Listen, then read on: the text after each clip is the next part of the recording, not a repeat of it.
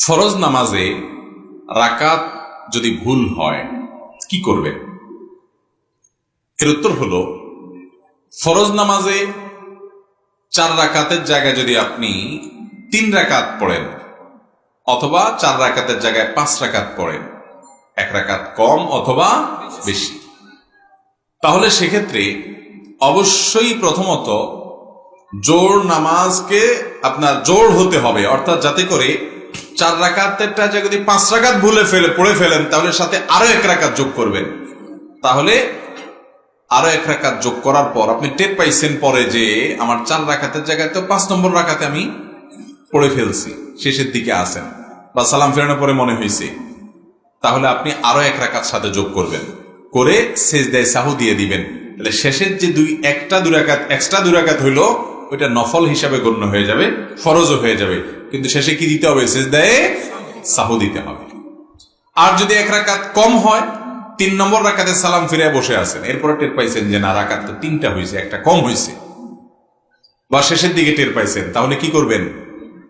তাহলে অবশ্যই অবস্থায় দাঁড়ায় যাবেন, দাঁড়ায় আরো 1 রাকাত পড়ে ফেলবেন, 1 রাকাত পড়ে এরপরে সেজদায়ে সাহু দিয়ে নামাজ পড়বেন, নামাজ হয়ে যাবে ইনশাআল্লাহ। আর যদি 5 রাকাত পঞ্চম রাকাতের মাঝামাঝি পর্যায়ে বা দাঁড়ানো অবস্থায় মনে হয় 4 রাকাত থেকে উঠে দাঁড়ায় গেছেন, এখন মনে হয়েছে, তাহলে ওই অবস্থায় ফেরত আসবেন, এসে সেজদায়ে সাহু দিবেন বসে, এরপরে নামাজ হয়ে যাবে ইনশাআল্লাহ, এবং আপনার কোনো আর ওই নামাজ দোহরাইতে হবে না। পঞ্চম রাকাত পড়ে ফেলছেন, শেষে আছেন, তাহলে এবার আরেক রাকাত যোগ করবেন।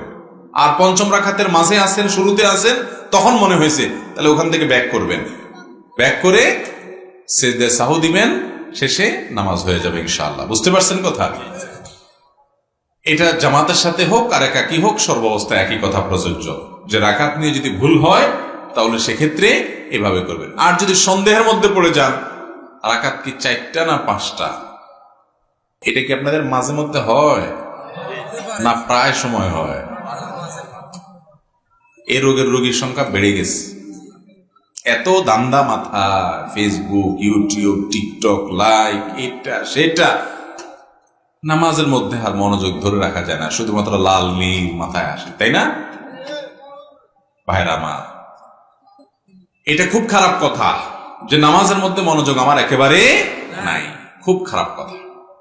যদি কখনো এরকম হয় যে 3 না 4 আমি ডিসিশন নিতে পারতেছি না, তাহলে দেখতে হবে মন বেশিরভাগ কোন দিকে টানে। বেশিরভাগ যদি 4-এর দিকে টানে তাহলে 4 ধরে ফেলতে হবে এবং শেষে সেজদায়ে সাহু দিয়ে নিবেন।